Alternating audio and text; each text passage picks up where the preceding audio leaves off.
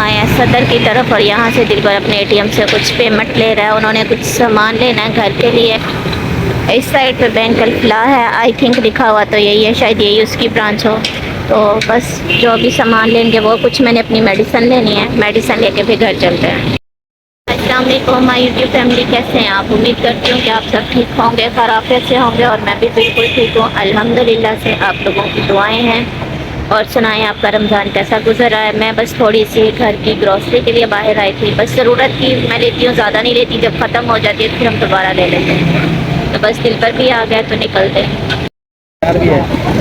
ये देखें जी, यहाँ चार भी है। कराची निम्को पे हम आए, बहुत अच्छी इनकी निम्को है, सुना है मैंने भी अपने लिए ली है। मटर भी है, अगर मटर खाने हो तो हर चीज़ ही है। और पूरी वीडियो बनाना कराची निम्को का कलर। ये मीठी भी है इनके पास, बच्चा दे जी इनके पास ऐसे चिप्स भी हैं और बहुत अच्छा है। बल्कि यहाँ से हम फ्रूट लेने आए, काफ़ी बड़ी माशाल्लाह मार्केट है फ्रूट की। यहाँ फ्रेश किन्नू है, आप ये चेक करें। ये अमरूद हैं, पीछे तरबूज है, माशाल्लाह बहुत अच्छे अच्छे ना यहाँ पे फ्रूट्स हैं। आगे स्ट्रॉबेरी वगैरह भी है, मैं आपको दिखाती हूँ जी। यहाँ पे फ्रूट माशाल्लाह से बहुत अच्छा रेट, तरबूज है, फ्रेश है। कुछ हमने ले भी लिया, बाकी अब घर चलते हैं। ये देखें, ये जी मेरा फेवरेट फ्रूट है, इसलिए आज मैंने इसे ट्राई करना है, आज इसको लिया तो इंशाल्लाह टेस्ट करके बताऊंगी। लें जी, यहाँ से अब पपीता रह गया था जो दिलबर का फेवरेट है, वो उन्होंने लिया और रश यहाँ फ्रूट के बाद हम साथ वाली मार्केट में आ गए हैं। यहाँ मार्केट के सामने वाली है। अच्छा ठीक है, ये देखें यहाँ पे सेल लग चुकी है, आप अपने शूज़ ले सकते हो, हर तरफ शूज़ ही शूज़। 24 घंटे यही सेल होती है। ईद हो, शबरात तो कुछ भी, ये आपको ऐसे मिलेगी। वाह ज़बरदस्त। ये टी शर्ट्स कितनी प्यारी हैं, ये आपको रिजनेबल मिलेंगी, 200 500 ऐसे। सारा बाजार जो है इस टाइम भरा हुआ है, ज़्यादातर यहाँ पे शूज़ ही पड़े हैं। ये देखें, ये आप ये लाजमी नहीं कि ईद वाले दिन सीजन है। हाँ। ये ऐसे ही रहेगा अच्छा, पूरा मतलब साल, पूरा साल ऐसा पूरा साल ऐसे। यहाँ पहले ना बसों का अड्डा होता था, अच्छा उन्होंने अड्डा खत्म करके फिर ये बना दिया। चलें, ये देखें जी, सही है, हर किसी ने अपनी रोजी रोटी यहाँ लगाई हुई है। स्टॉल्स भी हैं। ये आ गई है निम्को शिमको, पहले हमने कराची वालों की निम्को ली है। अच्छी कॉलोनी से हमने जो है ना मेडिसिन लिए हैं कुछ, और उसके बाद यहाँ से सोडा पीते हैं। सोडा पीने के बाद फिर हम लोग निकल जाएंगे घर। और सोडे वाला भाई कहाँ है? वो सामने खड़ा है, उससे सोडा चल के पीते हैं और फिर चलते हैं घर।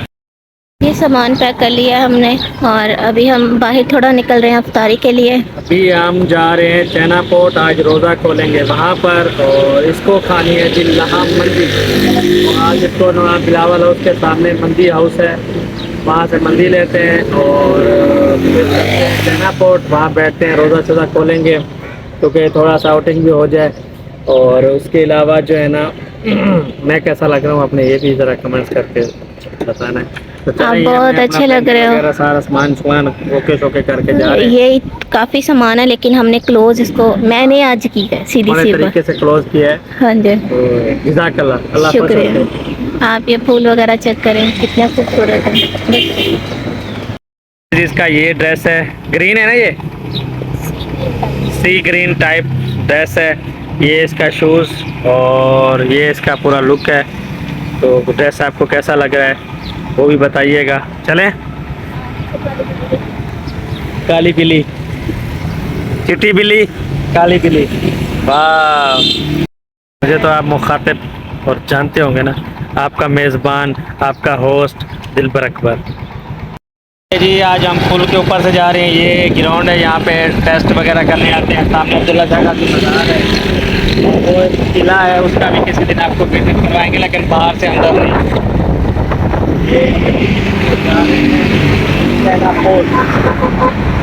चैना पोर्ट जा रहे हैं, चैना पोर्ट। चैना पोर्ट आप देख सकते हैं, सुनसान है यहाँ पे, वैसे ना रश नहीं है। बिल्कुल भी बोल रहा है कि वो सेकंड टाइम खुर्शीद साहब आज माशाल्लाह से बहुत अच्छे लग रहे हैं। अभी हवा भी चल पड़ी है, आंधी टाइप थोड़ी थोड़ी। जब हम वहाँ खड़े थे उस टाइम तो आंधी लग रही थी, अभी आप बताएं। सामने ये पानी ही है ना। जी हम अपनी लोकेशन पे पहुँच तो गए थे, बट यहाँ पे आप देख सकते हो पानी सारा यहाँ पे ड्राई हो चुका है और यहाँ पे ना अच्छा भी नहीं लग रहा। और माशाल्लाह से मौसम यहाँ पे बहुत अच्छा है।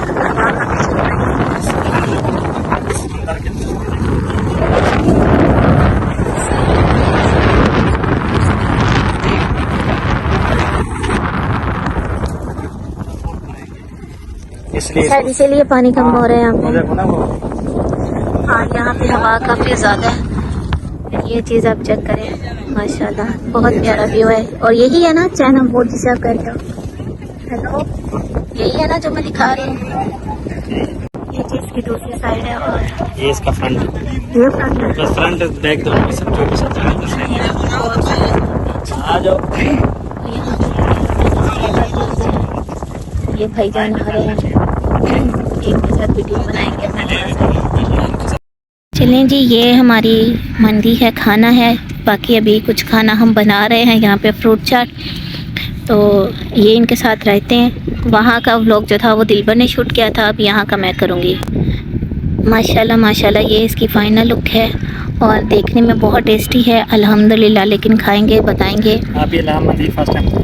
ओके फाइन, शुक्रिया। आपको बड़ा शौक था ना ये मंदी खाने का, आगे आपका जो शौक पूरा। चलें जी, शुक्रिया। तो सामने कव्वा शरीफ आप देखें, वो भी शायद अफ्तारी के लिए आया है। ये हमारा मेहमान है, वैसे ये हर किसी के पास ही घूम रहे हैं। चलें जी, फाइनली फ्रूट चाट भी रेडी हो गया। बाकी ये रोज़ा भी खुलने हर वाला है। चीज़ आपको दिखा। चलें जी, अभी हम आ गए सीढ़ियों, क्योंकि वहाँ पे ना तो कोई बैठने की अच्छी प्लेस थी। जगह बहुत खूबसूरत थी लेकिन वहाँ बैठना बहुत मुश्किल था।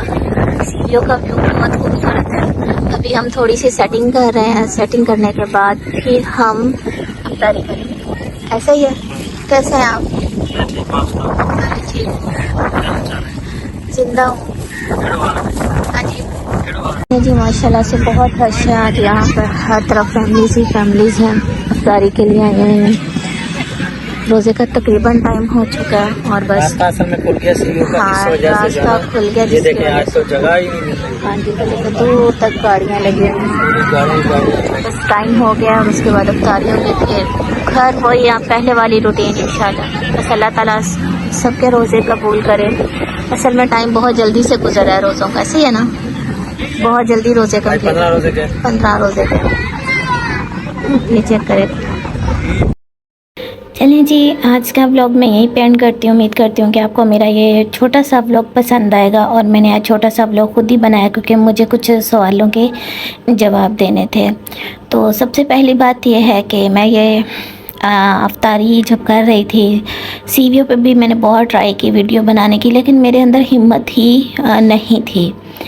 आप अपनी लाइफ को डिस्कस करें, आप अपनी लाइफ को एक्सप्लेन करें। ये सवाल सुन सुन कर मैं थक चुकी हूँ। मैंने ज़िंदगी में इतने दुख दर्द देख चुकी हूँ।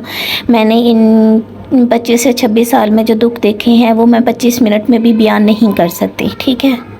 इसलिए जो मेरे ऊपर बीत चुका है या हो चुका है वो मैं यहाँ पर अपने माजी को लाकर नहीं रखना चाहती, ठीक है? सबसे पहली बात यह है, हानिया मेरी बेटी है, ये बात आपको पता है, लेकिन मैं उसका ज़िक्र यहाँ पर इसलिए नहीं करती या मैं नहीं करना चाहती कि मेरी बेटी को कोई गलत ना बोले, ठीक है? इसके अलावा दूसरी बात यह है कि मैंने हानिया को पैदा किया। उनके पैदा करने के बाद मैं उस टाइम मेरा ऑपरेट हुआ था और यकीन करें कि मुझे समझ नहीं आ रही थी कि अब मेरी ज़िंदगी में आगे क्या होना है क्या नहीं होना, क्योंकि एक सिंगल मॉम हूँ। तो उसकी वजह से मुझे कुछ भी नहीं था, ना मैं कोई जॉब करती थी, मुझे नहीं पता था। मेरा 4th ईयर का रिज़ल्ट आना था। तो खैर फाइनली पेपर तो मैंने ऐसे ही दिए थे, लेकिन फिर भी मैंने बहुत अच्छे मार्क्स लिए। और हानिया जब 7 दिन की थी तो मैं 8वें दिन टेस्ट देने के लिए बहावलपुर गई थी और लेकिन वो सीटें कैंसिल हो गई। आपको पता है कि पाकिस्तान में जॉब इतनी आसानी से नहीं मिलती, वो बस ऐसे पैसा इकट्ठा करते हैं और सीट्स कैंसिल कर देते हैं। तो बस इस वजह से जब हानिया 13 दिन की हो चुकी थी, इवन के लेडीज़ को बाहर नहीं निकलना चाहिए, उनका एक प्रोसेस होता है 40 से 45 दिन का जो उनको घर बैठना चाहिए, मैंने जॉब करना स्टार्ट की। सिटी फ्लावर स्कूल है यज़मान में, यज़मान वाले लोग जानते हैं। मैंने अपनी बेटी की वहाँ से परवरिश करना स्टार्ट की, मतलब मैंने वहाँ पर जॉब की। बच्चे ट्यूशन पे आ जाते थे घर पे, मैं सुबह से लेकर रात तक बच्चों को पढ़ाती थी और अपना मतलब 12 से 15 हज़ार कमा लेती थी, जिससे मैंने अपनी बेटी की बहुत अच्छी परवरिश की है। और उसके बाद ज़ाहिर सी बात है कि मुझे अच्छी मेडिसिन ख़ुद को भी चाहिए थी, जिसकी वजह से मैं ठीक रहती, लेकिन ना मैंने अच्छी खुराक ली ना अच्छी मेडिसिन ली। लेकिन मेरे फैमिली ने मेरा ऑपरेट बहुत अच्छे, ये बहावलपुर की अच्छी डॉक्टर हैं बुशरा पट्टन, जानते होंगे कुछ लोग, वहाँ से हुआ था। जिसके बाद ये था कि मैंने ख़ुद को कवर किया, मैं आस्ता आस्ता ठीक हो गई। लेकिन मेरे काफ़ी ज़्यादा हार्मोन्स इश्यूज़ होना स्टार्ट हो गए, मैं जिसकी वजह से बीमारी का शिकार हो गई। लेकिन मैंने 2 साल जॉब की, साल 1.5 साल मैंने जॉब की। उसके बाद मुझे बैंक में जॉब की ऑफ़र हुई, भी मैंने बैंक में एज आ एडमिन 3 साल काम किया है। तो वहाँ से फिर मुझे अच्छी अर्निंग हो जाती थी। मैं ऑनलाइन काम करती थी, ट्रेडिंग का काम करती थी, तो मुझे अच्छी खासी में अर्निंग हो रही थी कि मैं अपने पूरे घर को एक बेटे की तरह चला रही थी और अपनी बेटी को भी बहुत अच्छी सी ज़िंदगी दी मैंने। उसके बाद मैं काफ़ी ज़्यादा बीमारी का शिकार हो गई और हानिया शुरू से ही भाई नदीम के साथ बहुत ज़्यादा अटैच थी। आपी साइमा ने खैर हानिया को बहुत प्यार दिया है। हम 3 घरों की समझ लो एक की बेटी है और हम उससे बहुत लाड प्यार करते हैं। तो इस वजह से फिर हानिया जो थी उस तरफ शिफ्ट हो गई और उसके साथ आपी साइमा के साथ रहने लगी। अब जो है कि वो नदीम भाई के पास कुछ है या नहीं है, बीमार हैं, जैसे भी हैं, वो हानिया के ऊपर अपनी जान देते हैं। हमें पता भी नहीं होता कि हम सब लड़ते हैं कि आप हानिया को ऐसे बिस्किट दे रहे हैं, वो मोटी हो रही है, मतलब बच्चों के लिए ये चीज़ें ठीक नहीं है। लेकिन फिर भी जो वो मांगती है भाई नदीम ने उसको देना ही देना है। अगर हानिया चॉकलेट और कोल्ड ड्रिंक इकट्ठी पी ले तो उसके साथ वो बीमार हो जाती है, लेकिन फिर भी उसकी ख्वाहिश होती है कि उसे ये खाना है, तो भाई नदीम उसको देते हैं। ये चीज़ें हो गई। तो इसलिए हानिया के ऊपर गलत बातें करके आप लोग क्या शो करना चाहते हैं? कितनी गलत बात है कि आप किसी की बेटी के ऊपर बात कर रहे हैं, वो भी बेटी एक मासूम बच्ची है अभी, जिसको आप इतना तनकीद का निशाना बना रहे हैं। कुछ हासिल होता है? कितनी आप लोगों के लिए दिल से बद्दुआएं निकलती हैं, फिर आप कहते हैं कि ये बद्दुआएं देते हैं। फिर मतलब आप लोग बोलें और आपको आगे से बद्दुआओं का भी हक़ नहीं है। खुदा के लिए इन चीज़ों को आप लोग बख्श दें। ये आपकी ज़िंदगी नहीं है, ये मेरी ज़िंदगी है। आकर कह तो देते हैं आप लोग अपनी लाइफ को डिस्कस करें, ये करें, एक्सप्लेन करें। आप कौन होते हैं जिनके सामने मैं ये चीज़ें एक्सप्लेन करूं? जिनको मुझसे चाहत है, जिनको मुझसे मोहब्बत है, जो मुझको वॉच करते हैं, उनको तो मेरे माजी से कोई इशू नहीं है। उनको तो यहाँ पर कोई ऐसा सवाल नहीं है कि वो मेरी कहानी सुने। और मेरी ये जो 25 से 26 साल की ज़िंदगी की जो कहानी है, ये मैं आपको 25 से 26 मिनट में भी नहीं बता सकती। जितना कुछ मेरे ऊपर बीत चुका है, या जो कुछ मैं इस ज़िंदगी में देख चुकी हूँ और जो मेरे साथ करने वाले हैं, मेरे सब मुझे याद है। मैं किसी को नहीं भूली है। वो एहसान नहीं होता कि आप किसी पे एहसान तो कर रहे हैं, साथ उसकी जड़ें भी काट रहे हैं। मैं ऐसी, मेरे लाइफ में ऐसे बहुत से लोग थे, ठीक है ना? मुझे ऐसे लोगों की ज़रूरत नहीं थी। इसलिए ना तो किसी को रुलाएं, ना किसी को इतनी तकलीफ़ दें। ये तो हो गई बात हानिया नूर की, ठीक है। मैंने आपको मैसेज भी दे दिया कि मेरी बेटी पर आज के बाद आप लोग कोई बात नहीं करेंगे, ठीक है। अब है दूसरी बात कि मेरी वजह से किसी का घर ख़राब हो गया, तो मेरी बहन ने बोला कि जी मेरी इज़्ज़त ख़राब हो रही है, फलां हो रहा है। तो भाई आप लोग मुझे छोड़ दें, मुझे डिस्कस करना छोड़ दें। ना तो आप लोग मेरे अपने व्लॉग में मेरा नाम लें, ठीक है। सीधी सी बात है, मैं सिंगल ठीक हूँ, मुझे किसी की भी ज़रूरत नहीं है। मैंने हर किसी का साथ दिया, हर किसी से तवक्को रखी, लेकिन मुझे वापसी पर जब भी मिला, ऐसी इज़्ज़त हालत मिली है, तो मुझे किसी की भी ज़रूरत नहीं है, ठीक है। मैं किधर हूँ किधर नहीं हूँ, मेरे बारे में मैडम आप वीडियो मत बनाएं। आपकी मुझे कोई ज़रूरत नहीं है। मैंने आज तक आपका नाम अपने ब्लॉग में कभी भी नहीं लिया, ना मुझे इस चीज़ की ज़रूरत है। मैं जहाँ हूँ बहुत अच्छी हूँ, खुश हूँ। उसके अलावा मेरी एज से रिलेटेड बहुत सी बातें की जा रही हैं, तो कोई मसला नहीं, आप जितनी मर्ज़ी मेरी एज बता दें मुझ, मैं तो इस चीज़ से नहीं भागती, क्योंकि हकीकत तो मेरे ख़ानदान को, हर किसी को, सबको पता है। मेरे पास डॉक्यूमेंट्स, हर चीज़ें, मैं क्यों आप लोगों को शो ऑफ़ करती फिरूँ? मुझे तो आप जब भी बोलते हैं यही बोलते हैं, रुबीना रुबीना, तो कोई मसला नहीं यार।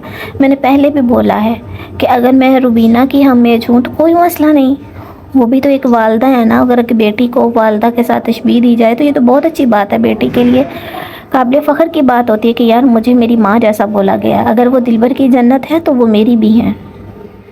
मुझे इस चीज़ से परवाह नहीं है, और ना ही मैंने कभी इस चीज़ की फ़िक्र की है मैं बड़ी हूँ छोटी हूँ जो भी हूँ। ये मेरा शौहर जानता है, मेरी फैमिली जानती है, तो बस मुझे और किसी की परवाह ही नहीं है। मुझे क्या ज़रूरत है गलत डॉक्यूमेंट्स बनाने की। मुझे हंसी आती है ऐसी बेवकूफ़ी बातें सुन के, इसलिए ये बातें ना करें तो अच्छा है। इसके अलावा जी एक बात और है जी, दिलबर थे तो मैंने होटल पे खाना खाया है, मैंने कपड़े लिए हैं। मुझे ये दिलबर नहीं शुरू से पाला है। मतलब हमारे घर में जो चीज़ें खाना पीना शुरू से दिलबर ही कर रहा है। इंसान को बोलने से पहले कुछ ना सोच लेना चाहिए। मैं अब दिलबर का खाती हूँ, मेरा हक़ है, मैं ले सकती हूँ, मैं ज़बरदस्ती भी ले सकती हूँ, इस चीज़ से इनकारी नहीं है। लेकिन बिला वजह किसी के ऊपर तोहमतें इल्ज़ामात लगाते रहना, ये भी गलत बात है।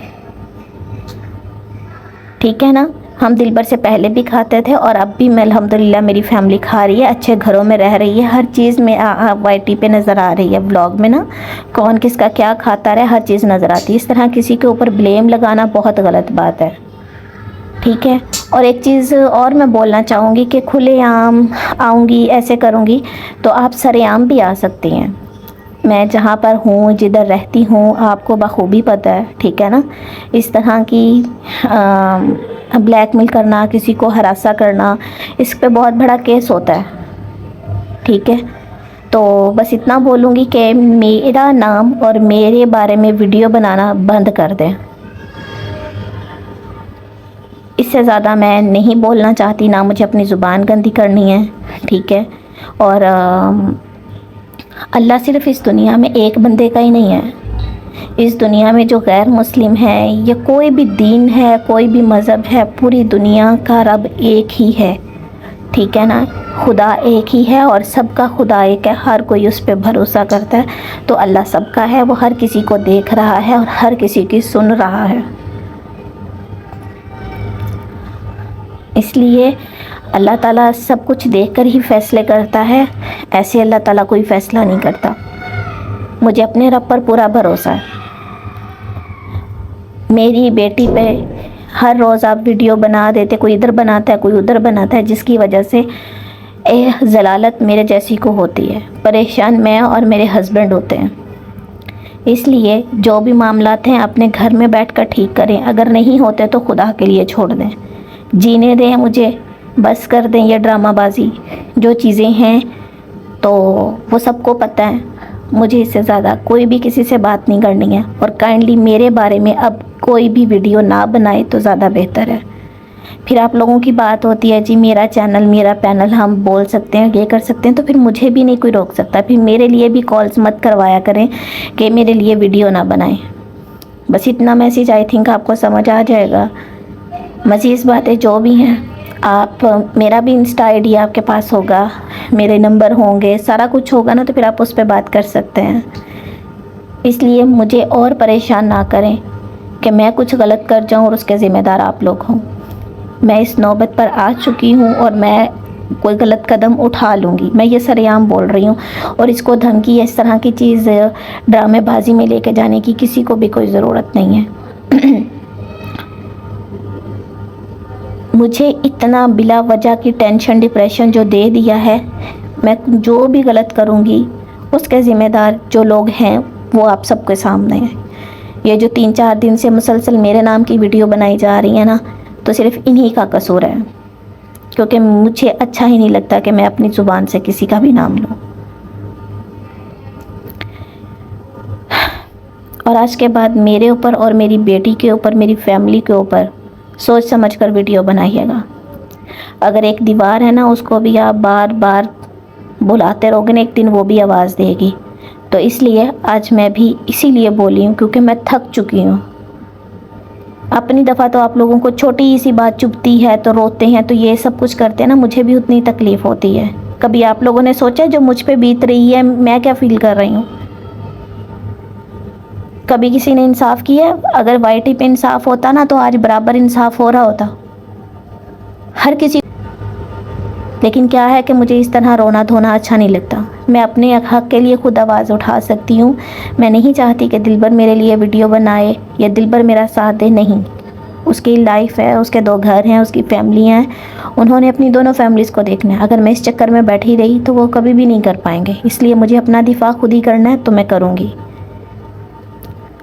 मुझे एक चीज़ मैं और क्लियर कर दूं, अगर मैं यहाँ पर बैठकर सोचूं ना कि मेरा फ़लाँ रिश्तेदार देखकर मेरी क्या वीडियो बनाएगा, नहीं।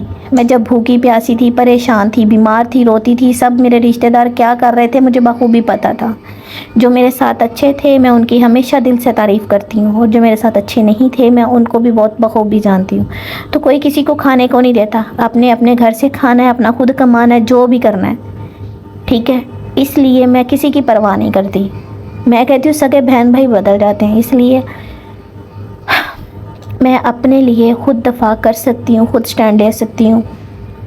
मेरे हक़ में कोई बोले, या पहले भी कोई नहीं बोलता, इसलिए मुझे किसी की भी ज़रूरत नहीं है। जो मुझे देखते हैं, जो मुझे समझते हैं, मेरे लिए उतना ही काफ़ी है। तो मिलूँगी कल आपके साथ एक अच्छे ब्लॉग में, तब तक के लिए मुझे इजाज़त दें। अल्लाह हाफिज़। मैं ये वीडियो रो धो के भी बना सकती थी, लेकिन मुझे ऐसा शौक़ नहीं है कि मैं रोऊँ और लोग मेरे शौहर पे तनकीद करें। नहीं, मेरे शौहर बहुत अच्छे हैं कि उन्होंने मुझे एक्सेप्ट किया, मेरा साथ दिया, मेरे दुख सुख में मेरे साथ खड़े हैं। मैं ज़िंदगी में अगर लौट कर वापस आई हूँ तो किसी इंसान की वजह से आई हूँ, और शायद मैं इनकी हमेशा एहसानमंद रहूँगी।